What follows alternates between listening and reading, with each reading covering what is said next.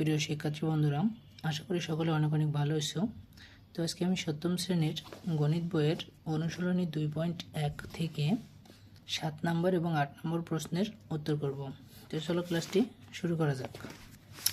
তো এখানে দেখো আমাদের কী দেওয়া রয়েছে অঙ্কে। প্রথমে অঙ্কটি, যেহেতু পাটিগণিত, অঙ্কটি আমাদের সুন্দরভাবে পড়ে বুঝতে হবে, তারপর উত্তর করতে হবে। তো এখানে কি বলা হয়েছে, কবির সাহেবের 3 পুত্রের বয়স যথাক্রমে 5 বছর, 7 বছর ও 9 বছর। তিনি 4200 টাকা 3 পুত্রকে তাদের বয়স অনুপাতে ভাগ করে দিলেন। কে কত টাকা পাবে?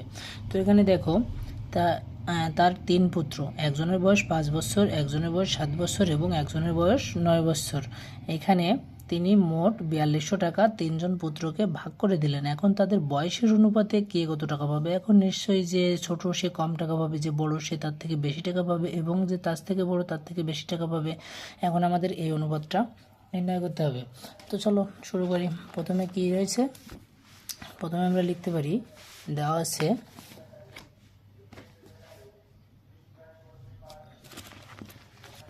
এখানে আমাদের কবি সাহেবের টাকার পরিমাণ কত, 42, মোট 4200 টাকা। তো আমরা লিখতে পারি দেওয়া আছে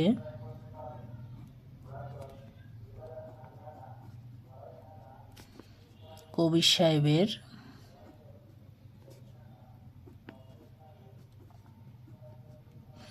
মোট টাকার পরিমাণ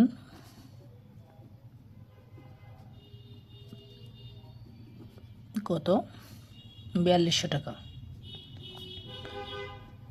4200 টাকা। এখন এই টাকার পরিমাণ আমরা লিখলাম। এখন তার পুত্রদের বয়স কত, 5 বছর, 7 বছর, 9 বছর। তাহলে আমরা লিখতে পারি তার 3 পুত্রের বয়স যথাক্রমে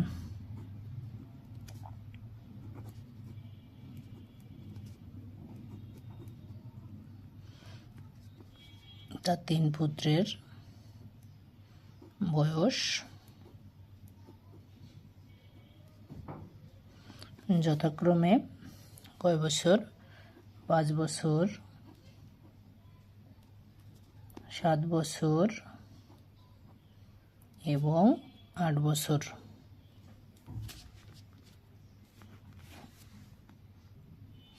এবার দেখো আমরা তার 3 পুত্রের বয়সটা পেয়ে গেলাম। এখন আমরা কি করতে পারি, তার 3 পুত্রের বয়স মোট কত এটা আমরা অনুপাত করতে পারি। তখন আমরা লিখতে পারি তার 3 পুত্রের বয়সের অনুপাত।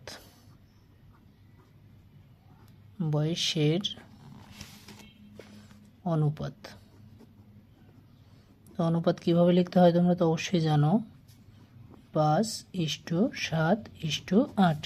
এখন আমাদের এটা সমাধান করতে হলে কি করতে হবে, তার বয়সের অনুপাতটা প্রথমে আমাদের যোগ করতে হবে, যে তার বয়স মোট কত আছে। এখন তাদের বয়সের অনুপাতের যোগফল, বয়সের অনুপাতের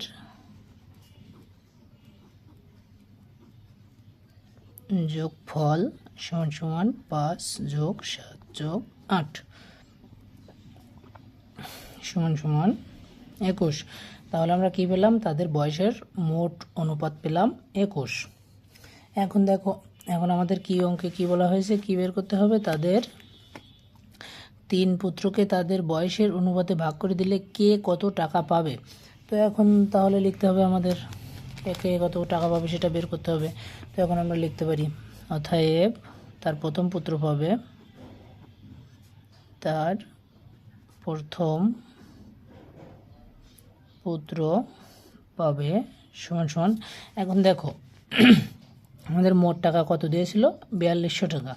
যদি আমরা এই 4200 টাকা এর, এখন আমাদের মোট অনুপাত কত হয়েছে, বয়সের অনুপাত 21। তো এখানে আমরা দাগ দিয়ে 21। এবার আমরা প্রথম পুত্রের বয়সের অনুপাতটা, প্রথম পুত্র কত টাকা পাবে সেটা বের করব। তাহলে প্রথম পুত্রের বয়স আমার কত ছিল, 5 বছর। তাহলে এখানে আমরা 5 বছর বাতায় দেব। তাহলে প্রথম পুত্রের যে বয়স ছিল এবং বয়সের মোট অনুপাত যেটা, সেটা ভাগ সেটা, এটা আমরা পাঠিয়ে দিলাম এখানে টাকা। এখন দেখো এটা আমাদের ক্যালকুলেশন করতে হবে। যদি 21 দিয়ে 42কে কাটা হয় 2 এবং 2 শূন্য থেকে যায় 42, 5 দুগুণে 10, 1000। তাহলে প্রথম পুত্র কত টাকা পাচ্ছে, 1000 টাকা। একইভাবে তার দ্বিতীয় পুত্র পাবে সমান সমান সেম ভাবে লিখতে হবে, আগে যেভাবে লিখেছি 4200 এর।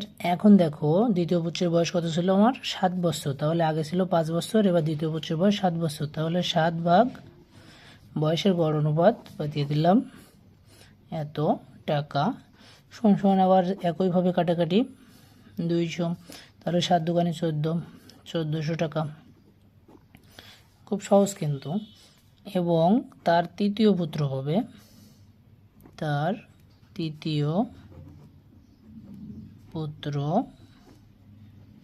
পাবে একইভাবে 4200 এর, তোমরা তো বুঝতেই পারছো এখন কি হবে, 8 বছর, তৃতীয় পুত্রের বয়স কত ছিল 8 বছর, তাহলে 8 ভাগ 21 এত টাকা। তাহলে আবার একইভাবে কাটাকাটি 200 আর দুগুণে 1600 টাকা। দেখো আমাদের উত্তর কিন্তু তাহলে তিনটা বের হয়ে গেছে। তার কে কত টাকা পাবে, এখন তাহলে আমরা লিখতে পারি উত্তর প্রথম পুত্র পাবে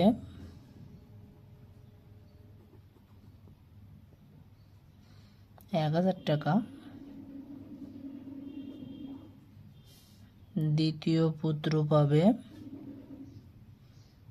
1400 টাকা, তৃতীয় পুত্র পাবে 1600 টাকা।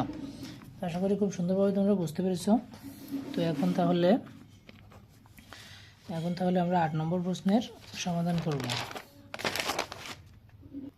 এখন দেখো 8 নম্বর প্রশ্নের সমাধান করব। তো 8 নম্বর প্রশ্নটা আমরা খুব সুন্দরভাবে পড়তে হবে। আগে 2160 টাকা রুমি, জেসমিন ও কাকলির মধ্যে 1:2:3 অনুপাতে ভাগ করে দিলে কে কত টাকা পাবে? মোট টাকার পরিমাণ কত? 2160 টাকা রুমি, জেসমিন, কাকলি এই তিনজনের মধ্যে ভাগ করে দেওয়া হলো। এখন দেখো রুমির অনুপাত 1, জেসমিনের 2 এবং কাকলির 3 এই অনুপাতে ভাগ করে দেওয়া হলে কে কত টাকা পাবে? আগে যে অঙ্কটা করেছি এটাও সেম একই অঙ্ক, আগে ছিল বয়সের, এটা টাকার। তো চলো এটা আমরা সমাধান করে ফেলি। তো এখানে আমরা সেম ভাবে লিখতে পারি, দেওয়া আছে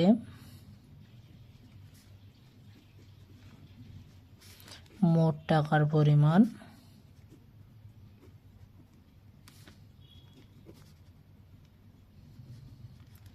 সমান সমান 2160 টাকা। এবার রুমি, জেসমিন ও কাকলির মধ্যে এত অনুপাতে ভাগ করে দেওয়া হলো। তাহলে এবার লিখতে হবে রুমি, জেসমিন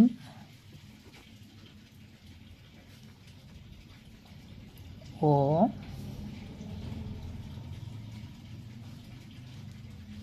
কাকলির অনুপাত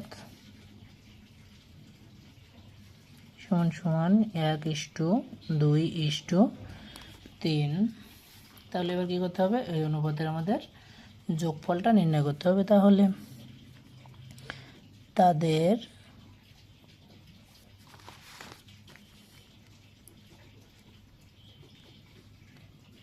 অনুপাতের যোগফল সমান সমান 1+2+3, 3 × 2 = 5 আর 1 6।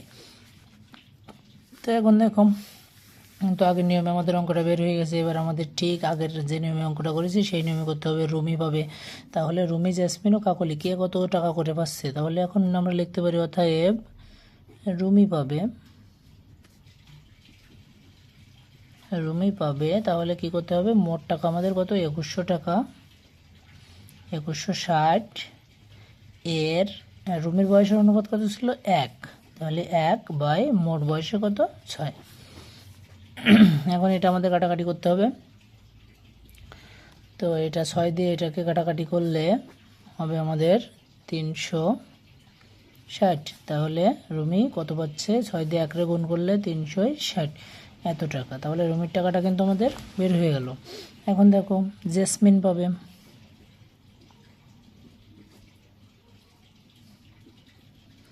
জেসমিন পাবে 2160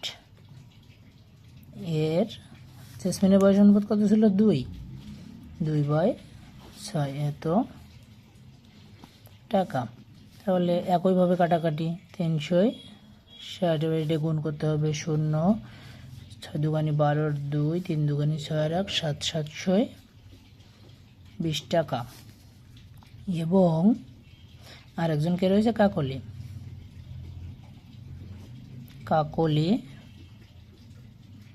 পাবে 2160 এর কাকলির বয়সের অনুপাত কত 3, তাহলে 3 মোট গড় অনুপাত 6 একইভাবে এত টাকা।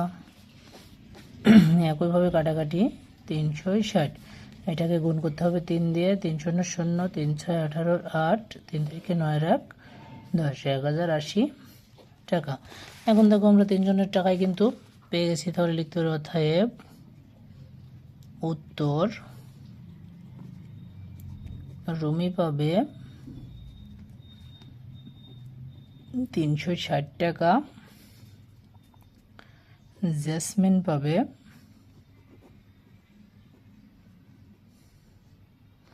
720 টাকা এবং কাকলি পাবে 1080 টাকা। তো আশা করি খুব সুন্দরভাবে বুঝতে পেরেছো। তো না বুঝলে অবশ্যই কমেন্টে জানাবে, পরবর্তী ক্লাসে আমি 9-10 উত্তর নিয়ে আসবো। তো সে পর্যন্ত সবাই ভালো থেকো, সুস্থ থেকো। ধন্যবাদ সবাইকে।